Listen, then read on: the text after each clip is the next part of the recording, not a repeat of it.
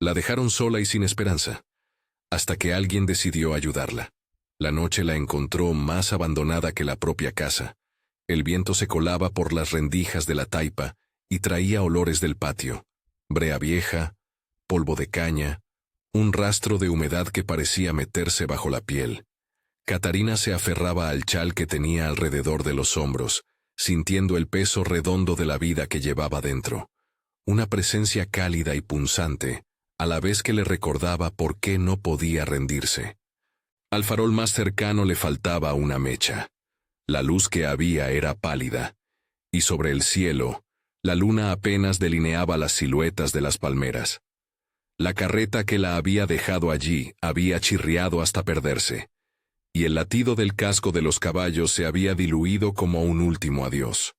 No había llanto estridente ni palabras rotas. Había un susurro que se quedó entre los tablones. No traigas vergüenza a la casa. Aquellas palabras, arrojadas como piedra, seguían dando golpes en la boca del estómago de Catarina. Delante de ella, la casa del administrador era una boca abierta, techo hundido en un ala, una puerta sin cerrojo colgando de un clavo herrumbroso, y dentro, la promesa de nada más que frío. Había sido casada con Antonio apenas 3 años. Su matrimonio, sencillo, lleno de labores compartidas, parecía ayer una vela que se encendía por 2. Antonio había sido un hombre de manos fuertes, rudo por el trabajo, y ruidoso de risa cuando regresaba de la plantación. Él había traído la noticia del embarazo una tarde de verano, con la camisa aún mojada del sudor de la rosa, y un fruto en la mano como quien entrega una ofrenda. «Será una niña», había dicho. Catarina había llorado y reído al mismo tiempo, planificando en voz baja la cuna, los nombres, las pequeñas cosas que se heredan sin saberlo. La muerte de Antonio no fue un acto de violencia hecha espectáculo, fue un descuido del mundo que dejó una marca, una viga cediendo en la noche de la cosecha, un accidente en el que la vida se le escapó entre las manos. Volcaron la carreta, hubo gente corriendo y un silencio que se quedó en la ribera. Para Catarina, la pérdida fue inmediata y cruel, como quedarse con los bolsillos vacíos y el corazón lleno de preguntas que no admitían respuesta. Pero lo que vino después la sorprendió por su frialdad. La familia de Antonio emergió, no con consuelo, sino con acusaciones veladas y suficientes para expulsarla del único lugar que conocía como hogar. Los Ferreira eran gente de costumbres rígidas y reputación más valiosa que el pan. Vicente, el cuñado mayor, hablaba con la voz de quien defiende un honor que ya no le pertenecía a él, sino a la casa. Joaquín y Marta, con miradas calculadas, y dona Eulalia, que ostentaba la compostura de las mujeres de linaje, conspiraron en la sala iluminada por velas, donde las sombras parecían alargarse con juicio propio. Aquella familia, que en público sonreía, y en privado barría a los que podían embarrar su nombre, decidió que lo más prudente era apartarla. En la cena en la casa de los Ferreira, las palabras fueron cuchillos envueltos en servilletas. «La mala suerte se pega», murmuró Marta, como si citar un refrán fuera a absolver cualquier acto de crueldad. «Mejor que no nos contamine la cosecha», dijo Joaquín, sin levantar la mirada.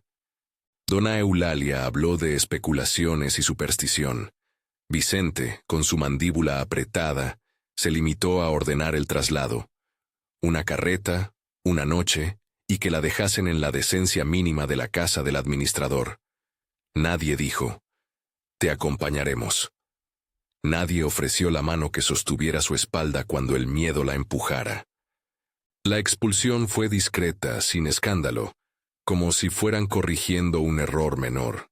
A Catarina le obligaron a subir a la carreta con lo poco que tenía, un chal, algunas piezas de ropa y una caja con los recuerdos más íntimos, un pañuelo de novia, las cartas de Antonio, una cucharita con el nombre marcado.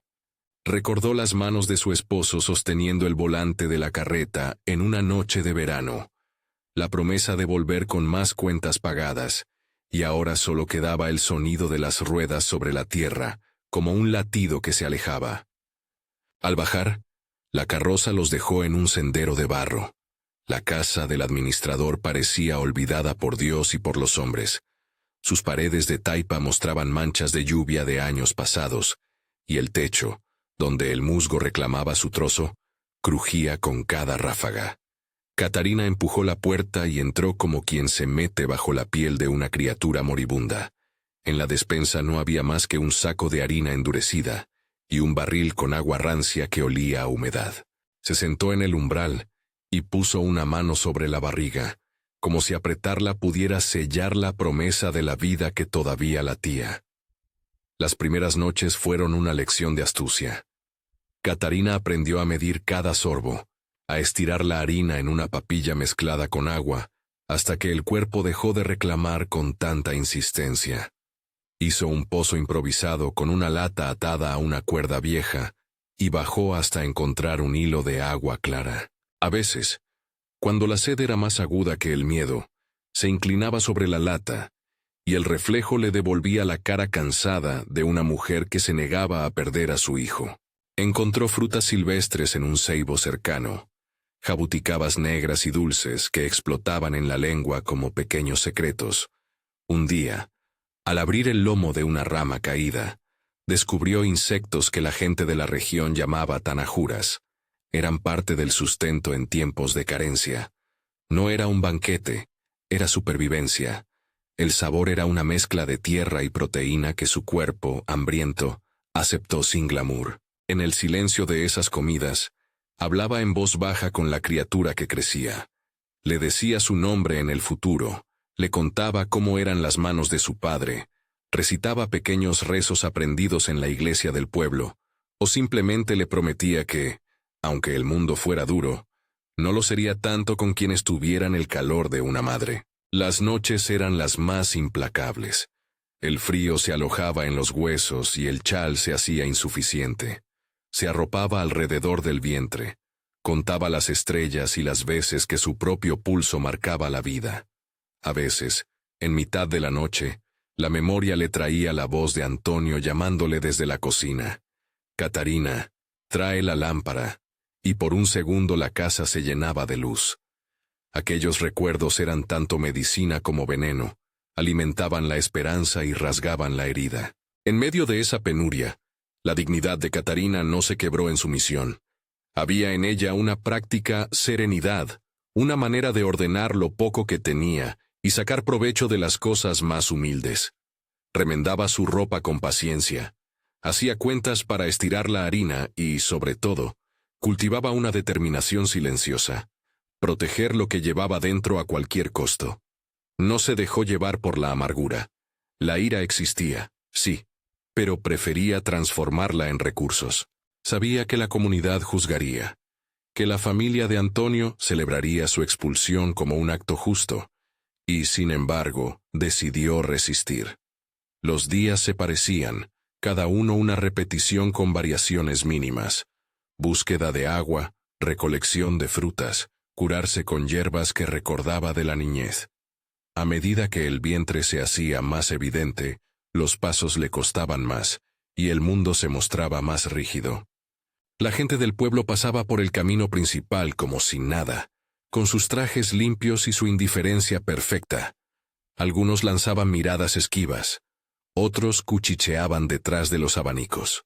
Catarina aprendió a bajar la mirada y a moverse con la obstinación de quien no puede permitirse la atención ajena. Un amanecer, mientras lavaba ropa en un arroyo cercano, vio a lo lejos el brillo de un caballo que venía por el camino de la hacienda. Al principio pensó en otro vecino, en otra visita. La presencia de un jinete a esas horas no era rara, pero cuando el caballo se acercó y la figura del hombre quedó clara, un escalofrío la recorrió. Era un hombre de rostro curtido por el sol y pelos ya encanecidos, vestido con la sobriedad de quien no necesita adornos para indicar su posición. Su montura era de buen porte, su mano firme en las riendas. En su semblante había una mezcla de cansancio y decisión que lo hacía parecer más cerca de una roca que de un anfitrión. Él desmontó con una lentitud que no exigía prisa. Se presentó con un gesto de cortesía simple, sin el juego de títulos que la clase alta del lugar empleaba para definirse. Augusto Méndez era el nombre que traía en la voz. El dueño de buena parte de las tierras que se extendían como un mar más allá de la línea de palmeras. Había algo en su manera de mirar que no buscaba condenar ni justificar, simplemente observar. «Buenas tardes», dijo él, con una voz que no necesitó elevarse. «¿Está todo bien por aquí?» Catarina, con la ropa aún húmeda y el chal apretado, sintió que sus defensas internas cambiaban de forma. No era la presencia de un amigo, ni la de un familiar. Era la irrupción de una posibilidad. Respondió con la honestidad que la necesidad forja. «Hice lo que pude, señor. Tengo poco, pero vivo. Y un niño dentro». Augusto no pareció sorprendido por la noticia. La escuchó como quien recoge una información más en el mapa de la vida. Miró la casa en ruinas, el cordón de una cuerda que servía de cortina en la puerta, la lata del pozo improvisado. «Viene del lado del Ferreira, ¿no?», preguntó con la calma de quien conoce los nombres de toda la comarca y las cuentas que arrastran. Catarina alzó la barbilla. La pregunta no era una intrusión, sino un puente. «Sí», contestó. «Mi marido murió. Me dijeron que debía irme». Hubo un silencio que no era incómodo, sino medido. Augusto apartó la mirada hacia el camino, y por un instante, su expresión se tornó todavía más seria. En el perfil de su cara se adivinaba una soledad que no era tema de conversación fácil. Tenía añadidas pérdidas propias, ausencias que se sostenían en la paciencia de los años. No era un joven que llegase a salvar a nadie por romanticismo. Era un hombre que había visto demasiadas cosas para creer en gestos dramáticos, pero que aún conservaba la facultad de actuar. «No puedes quedarte aquí así», dijo finalmente. «No es lugar para una mujer encinta. Vamos a la casa grande, hay quien podrá darte comida caliente, y si es necesario, llamaré al médico». La promesa era simple y práctica. No hablaba de redención, ni presentaba el acto como un milagro. Era, más bien, la extensión de una costumbre que algunos hombres de posición tenían: ofrecer abrigo cuando la necesidad era evidente. Augusto ordenó a su peón que trajera una manta y dio instrucciones para que se preparara una alcoba temporal. Mientras tanto, se quedó al borde del sendero mirando a Catarina con una deferencia que no pretendía notar ni corregir la vergüenza que ella sentía.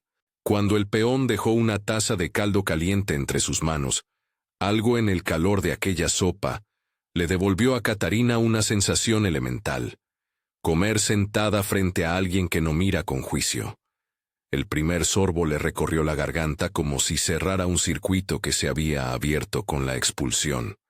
Alrededor, las sombras de la casa ya no parecían tan amenazantes. Por primera vez en días, la expectativa de que algo cambiara no le pareció un sueño prohibido. Augusto pidió que no se comentara demasiado el asunto en la casa principal. La discreción era, para él, una forma de respeto. Sin embargo, a su manera, dejó claro que no la abandonaría a su suerte aquella noche. Hizo traer a dona Julia, la gobernanta que resultó tener manos acostumbradas a curar y ordenar calamidades de todo tipo. La mujer, con la autoridad de quien conoce el funcionamiento de las casas de campo, la recibió con la eficacia de un ritual: agua tibia, paños, un rincón con colchón y una promesa de reposo. Poco después, un mensajero partió hacia el pueblo con la instrucción de buscar al médico, el doctor Enrique, el hombre que atendía a las parturientas de la región. La ayuda vino como un tejido que se armó con piezas prácticas: alimento, un lugar donde dormir, la palabra, no grandilocuente, de que alguien había visto y respondido. Para Catarina, aquello no era una escena de novela. Era una serie de gestos tan concretos que solo se podían medir en calorías, en agua limpia, en la manera en que alguien sacudía el polvo de su ropa. Cuando se tumbó en el colchón, hubo una sorpresa íntima. El vientre dejó de sentirse tan solo. Había, por primera vez desde la muerte de Antonio, una certeza en el día siguiente. Augusto permaneció unos pasos atrás, mientras doña Julia comprobaba lo necesario.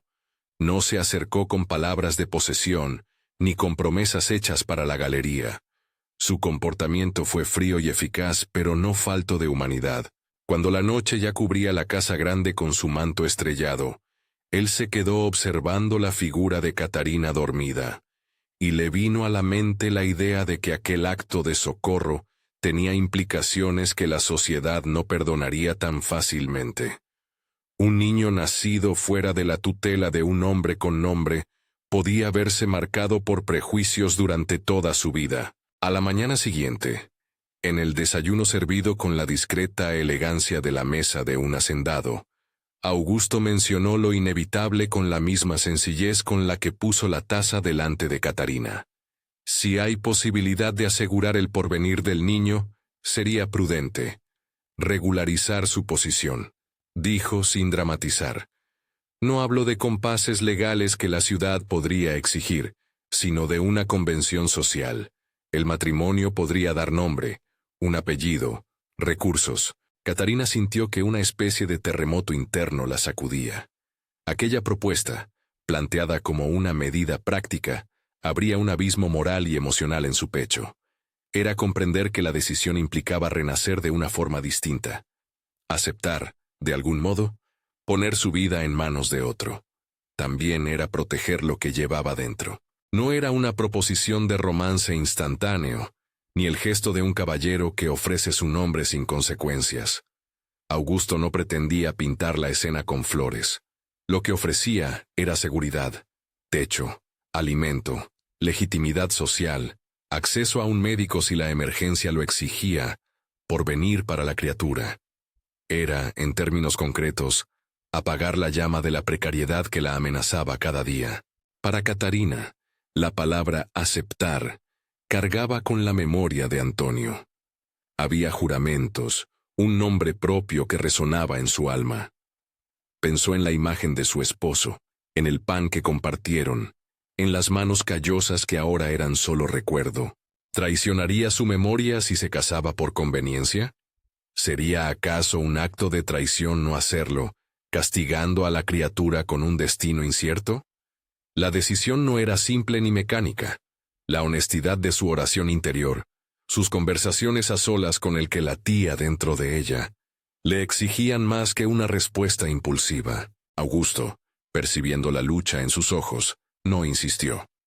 Se limitó a presentar la alternativa como quien abre una puerta y deja que ella decida si desea pasar. No hubo promesas de amor eterno, ni palabras grandilocuentes sobre plenitud.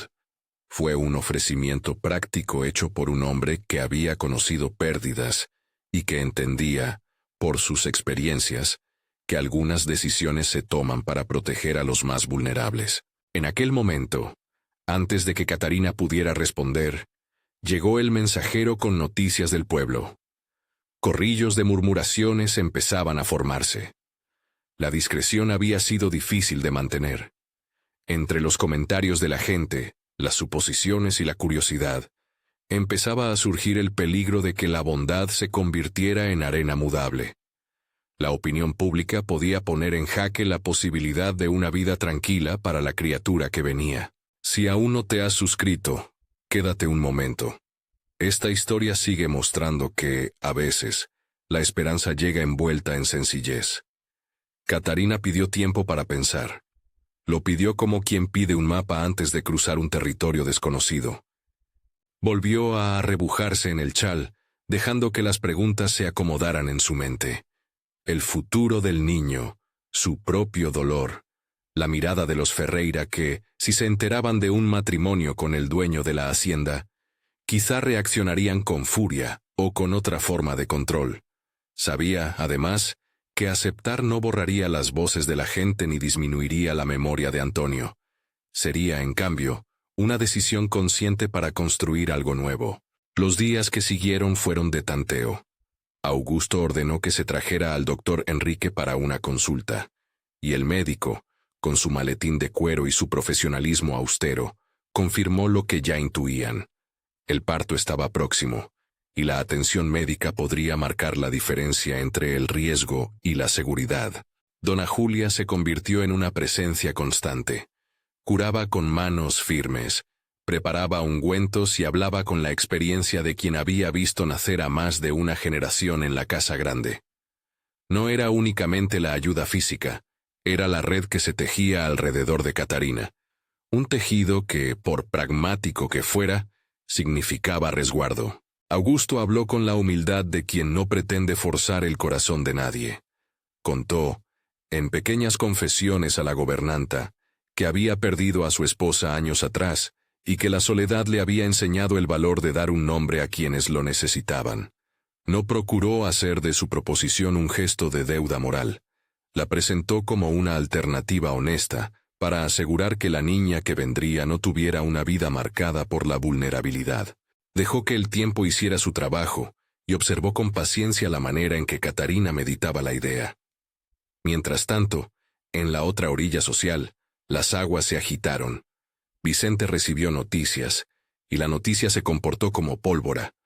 Para la familia Ferreira, la posibilidad de que su linaje se mezclara con los planes del hacendado fue interpretada como una afrenta. Se comenzaron a esbozar reacciones que, si bien aún no habían estallado en público, mostraban la advertencia de lo que podría venir. En el pueblo, algunas mujeres que antes criticaban a Catarina repitieron ahora la versión que les convenía. Que la llegada de un hombre con poder a la vida de una mujer en desgracia era sospechosa, que el lugar de la reputación exigía vigilancia. Catarina, en medio de todo, siguió aferrándose a su único criterio inquebrantable: proteger a la criatura que llevaba. No quería que su hija sufriese la estigmatización que había visto en la mirada de tantas personas. Si casarse significaba darle a su hija un apellido sin menoscabo, entonces la pregunta que antes parecía una traición, ahora se transformaba en una ecuación práctica. ¿Qué pesa más, el recuerdo de un amor perdido, o la seguridad de la vida que nació de ese amor? El peso de la decisión no se iba con palabras, se resolvía en acciones. Augusto, sin imponer su voluntad, dejó claro que la casa grande no era un refugio temporal, sino una promesa de estabilidad, bajo condiciones que él mismo se comprometía a sostener. La tensión entre conservación del pasado y construcción del futuro quedó en la boca de Catarina, como una balanza que no se inclinaba sola. Allí, en el umbral de la noche y la esperanza, la historia aguardaba el siguiente paso. Una respuesta que no sería improvisada, sino pensada con la firmeza de quien entiende que lo que está en juego no es únicamente un nombre, sino una vida entera por delante. Catarina tomó la decisión como quien pone una piedra en la balanza y la deja quieta, con manos firmes, aunque temblorosas por el cansancio. Dijo que sí, no porque hubiera olvidado a Antonio, sino porque entendía que su recuerdo no se borraría con un apellido nuevo. Era, más bien, que el pasado no podía convertirse en sentencia para quien aún no había nacido. Dio su respuesta en voz baja, con la mirada al plato de desayuno, y Augusto la recibió sin teatralidad, como quien acepta una alianza que resuelve un problema tangible. La noticia del matrimonio corrió antes de que pudieran preparar una ceremonia decente. Algunos la tomaron como una cura conveniente. Otros vieron en ella una afrenta. Por las ventanas de las casas del pueblo pasaron murmullos que daban forma a versiones más duras que la realidad. Hubo quien dijo que Augusto había pagado a Catarina por una noche de compañía. Otros, que la mujer había seducido al hacendado. Esos comentarios dolieron, pero en el rostro de Catarina había una calma que sabía a entrega necesaria, no a rendición. La boda fue breve. No hubo gran procesión ni música que llenara la iglesia. La ceremonia tuvo la humildad de un cierre de cuentas.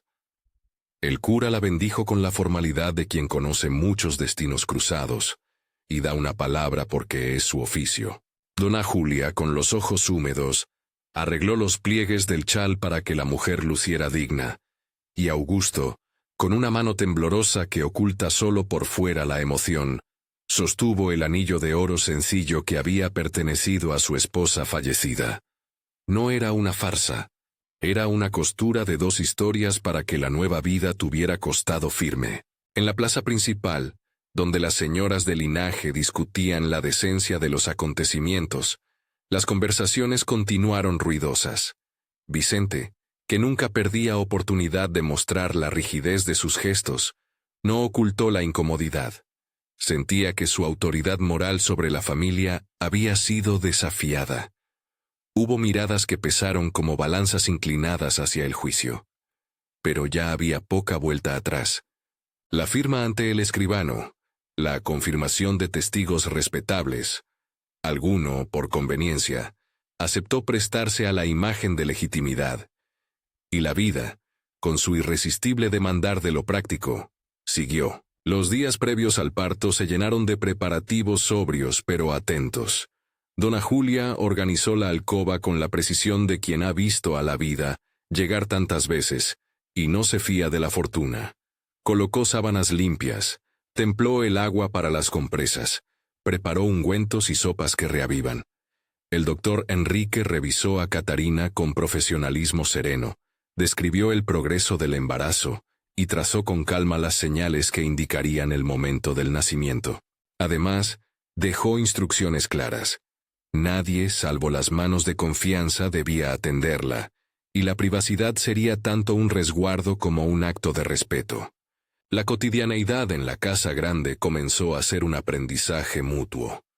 Augusto, acostumbrado a la toma de decisiones que no siempre admitían participación, descubrió la gentileza de atender detalles pequeños. Traer un jarro de agua, preguntar por la comodidad de la almohada, escuchar sin proponer soluciones inmediatas. Catarina, por su parte, no se transformó en una figura dócil. Organizó su pequeña despensa, dio instrucciones sobre la ropa de la niña, marcó con precisión el lugar donde guardar las cartas de Antonio.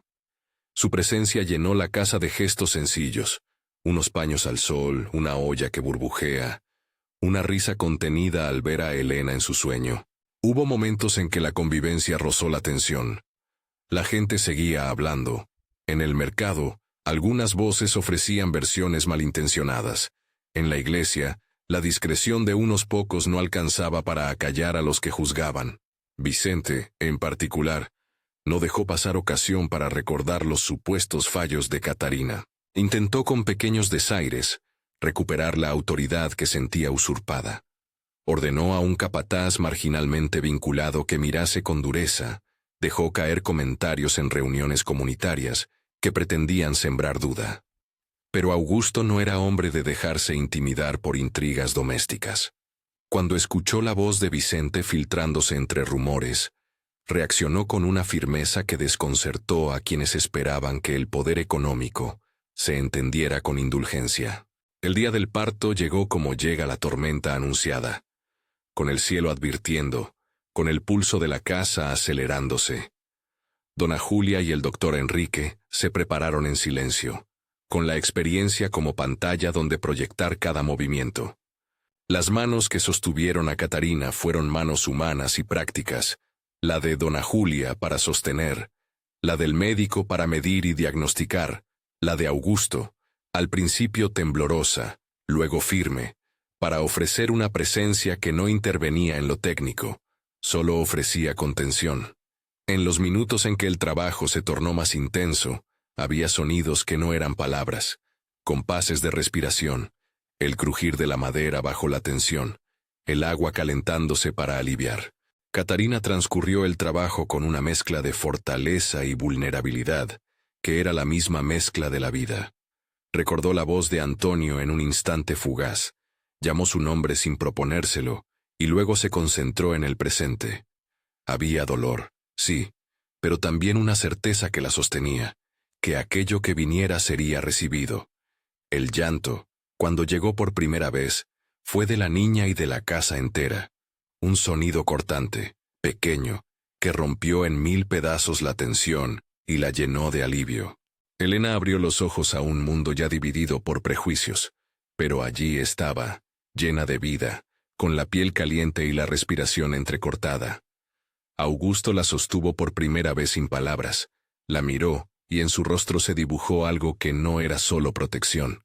Era una ternura que fue creciendo con cada día. La niña, pequeña y decidida, encontró pecho en Catarina y olor en la casa, y con eso comenzó su historia. En la habitación las voces se mezclaron en agradecimiento. La gratitud del médico por una labor bien terminada, las lágrimas secas de dona Julia por ver una nueva generación, y la mirada de Augusto, que hablaba de promesas. María Socorro, la vecina experta en partos a quien muchos consultaban por tradición, llegó tarde pero a tiempo, con manos que olían a hierbas y experiencia. La presentación pública de Elena fue un momento que dividió el pueblo. Algunos se acercaron por curiosidad, otros por obligación social. Las señoras que antes cuchichearon desde la ventana ahora entonaban palabras que pretendían ser corteses. Vicente, sin embargo, no pudo contenerse. En la primera misa pública a la que asistió la joven familia, se acercó y elevó su voz en un gesto que pretendía humillar. Insinuó impropiedades, habló de honor mancillado y lanzó reproches dirigidos a la casa de Augusto. Fue un ataque no solo hacia Catarina, sino hacia la posición social que él estimaba propia. Augusto, que hasta entonces había actuado con contención, se irguió con la autoridad serena de quien administra una hacienda y desea un orden justo. No respondió con insultos, porque su fuerza estaba en la evidencia. La niña tenía nombre, tenía un padre legal a quien acudir, y un lugar seguro donde crecer. Frente a Vicente, dijo unas palabras medidas que hicieron callar a la multitud. Defendió la dignidad de Catarina, la legitimidad de Elena y la necesidad de no permitir que la calumnia gobernase la vida de una criatura. Fue una defensa que no se tomó como una revancha personal, sino como un acto de equidad. La confrontación pública dejó huellas. Vicente vio cómo su voz perdía fuerza. La geografía social del pueblo cambió lentamente. Trabajadores del campo, muchos de ellos que habían sido objeto de la influencia de la familia Ferreira, comenzaron a expresar su simpatía por la nueva familia.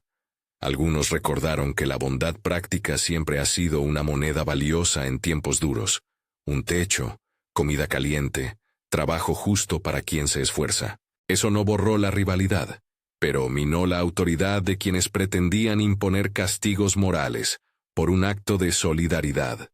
Con el tiempo, lo que fue un matrimonio por conveniencia empezó a transformarse en otra cosa.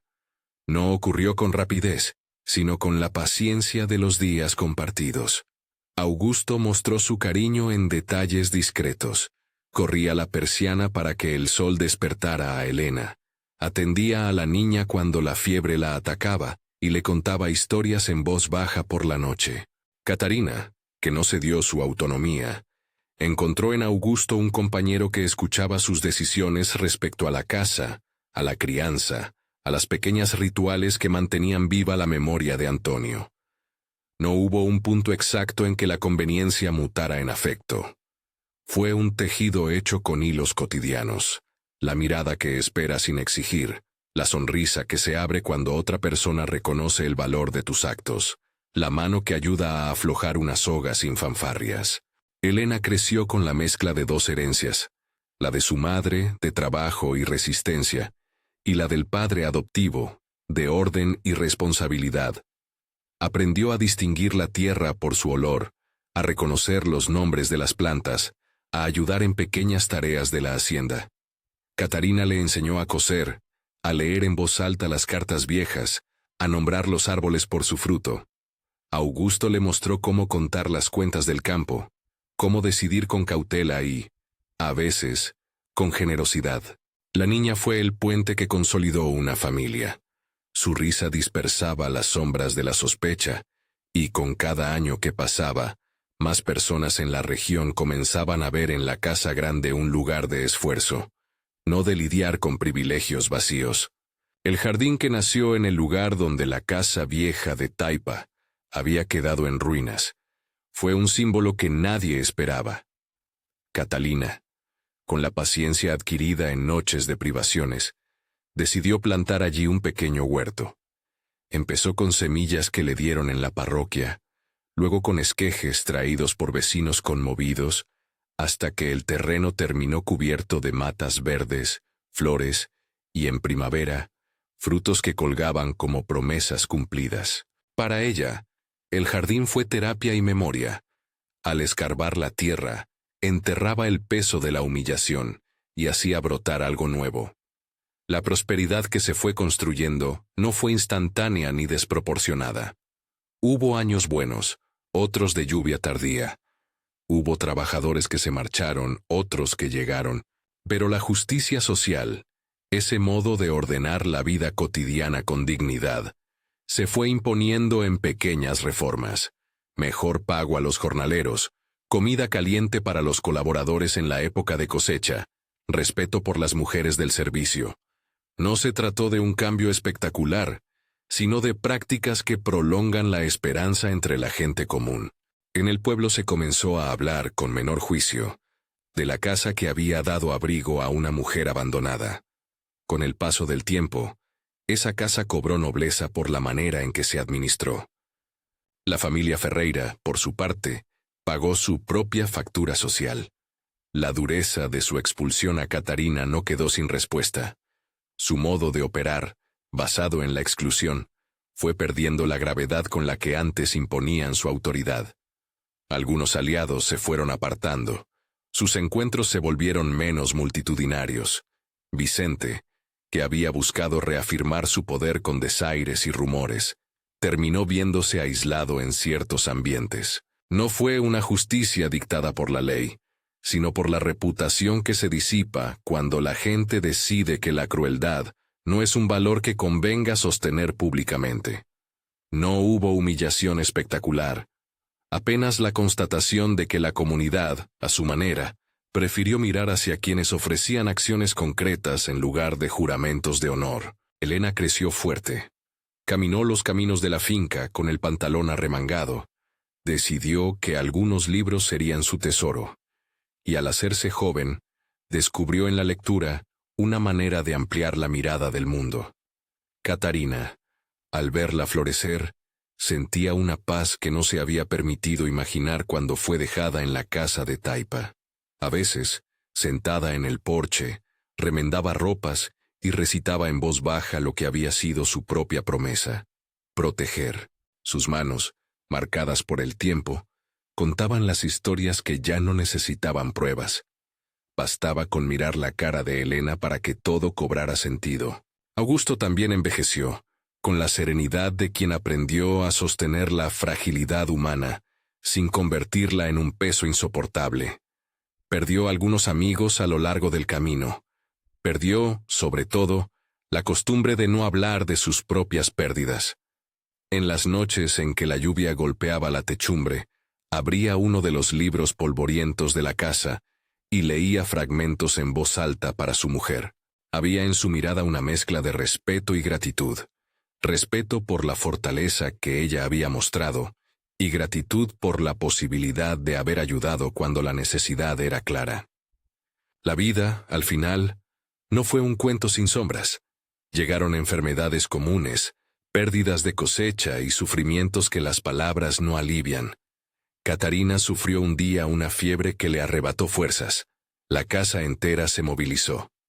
Elena, ya mujer casadera, cuidó de su madre con la ternura aprendida. En ese tiempo, el pueblo, que había sido testigo del tránsito de Catarina de la expulsión a la estabilidad, se volcó en muestras de afecto sinceras: una olla de sopa compartida, una manta tejida, la visita de mujeres que alguna vez miraron con severidad pero que ahora traían flores. Cuando la muerte vino, fue en la calma que parece darle forma a una vida completa. Catarina se despidió sin violencia, con la serenidad de quien sabe que la historia que vivió fue más grande que el dolor que la atravesó. En el lecho, rodeada de la gente que eligió cuidarla, Augusto, Elena, Dona Julia, dejó caer las manos en el regazo de su hija y murmuró nombres. Antonio, como un ángulo perfecto del pasado. Elena, como promesa que se tenía por cierto. Augusto, con la mirada enrojecida, sostuvo su mano y no dijo más que lo necesario. Gratitud por su compañera, por la vida que habían construido. No hubo teatralidades. La despedida fue un acto humilde y profundo. La muerte de Catarina no fue el final del legado, sino su despliegue. Elena, con la fuerza aprendida, continuó al frente de la casa grande con respeto por la memoria de su madre. El jardín que nació en la tierra de la vieja taipa fue ampliado. Flores y árboles frutales se convirtieron en lugar de encuentro para generaciones. La comunidad, que vio cómo la injusticia podía ser resistida y cómo la bondad práctica podía restaurar vidas, conservó la historia como ejemplo. Las voces que antes habían condenado aprendieron, poco a poco, que los peores momentos no siempre definen el resto de una vida. Augusto vivió algunos años más. No se apartó de su rol de hacendado, pero sí supo hacerlo con más humildad. En el ocaso de su vida, a menudo se le veía caminando por el huerto, con las manos en los bolsillos, observando a las nuevas generaciones jugar entre los árboles que una vez fueron plantados en señal de reparación. No volvió a casarse. Su relación con Catarina había sido completa y singular, con la solemnidad de lo que se construye a base de silencio y acciones concretas. El pueblo, con su memoria larga, fue contando la historia de la mujer que fue dejada sola y sin esperanza, y de cómo la vida le devolvió abrigo y sentido gracias a la decisión de alguien de ofrecer ayuda cuando era necesaria. No se contaba como fábula moralizante, se contaba como ejemplo sencillo de humanidad práctica. En las plazas, los vecinos narraban cómo Gabriela, la parroquera, había llevado una olla de caldo en un tiempo de necesidad, cómo el joven capataz había pedido trabajo bajo condiciones más justas, cómo pequeños gestos multiplicados terminaron por trastocar el tejido social. Hubo lecciones, todas ellas silenciosas. No se proclamó un credo de que la ayuda siempre llega en la forma ideal. Se entendió que la bondad práctica, incluso cuando viene junto a plusvalías o responsabilidad social, tiene el poder de transformar. También se entendió que la dignidad se defiende no solo con palabras, sino con actos concretos, un techo, un médico, una palabra justa en público. Catarina no fue presentada como ejemplo de víctima pasiva. Fue recordada como mujer que eligió proteger y construir, que aceptó una decisión por el bien de su hija y que con ello resguardó algo sagrado. En la última escena de su vida, cuando el viento acariciaba las hojas del jardín y la casa grande proyectaba sombras largas en el atardecer, Augusto colocó junto a la puerta un banco de madera donde estaba labrada una inscripción sencilla. Aquí las manos trabajaron por la vida. No era épica, no necesitaba serlo. Era la afirmación de que un lugar puede cambiar cuando se dignifica la pequeña rutina humana. Y así, la historia que comenzó con una carreta que se alejaba, con una mujer dejando atrás la familia de su esposo, terminó con un jardín en el sitio de la casa vieja. Flores donde hubo abandono, frutas donde hubo hambre, risas donde hubo silencio. Elena, que había heredado la mezcla de resistencia y ternura, crió a sus hijos con los nombres de los suyos y la impronta de la abuela que nunca dejó de proteger. La comunidad, que había sido testigo del cambio, aprendió a valorar las acciones más que los rumores. Si conoces a alguien cuya vida cambió gracias a la bondad de otro, comparte esta historia. Comenta abajo si alguna vez la ayuda práctica de una persona transformó tu camino. Historias así merecen ser contadas y repartidas, porque a veces, lo que parece el final es apenas el comienzo de una nueva vida, y la esperanza llega cuando alguien decide ayudar.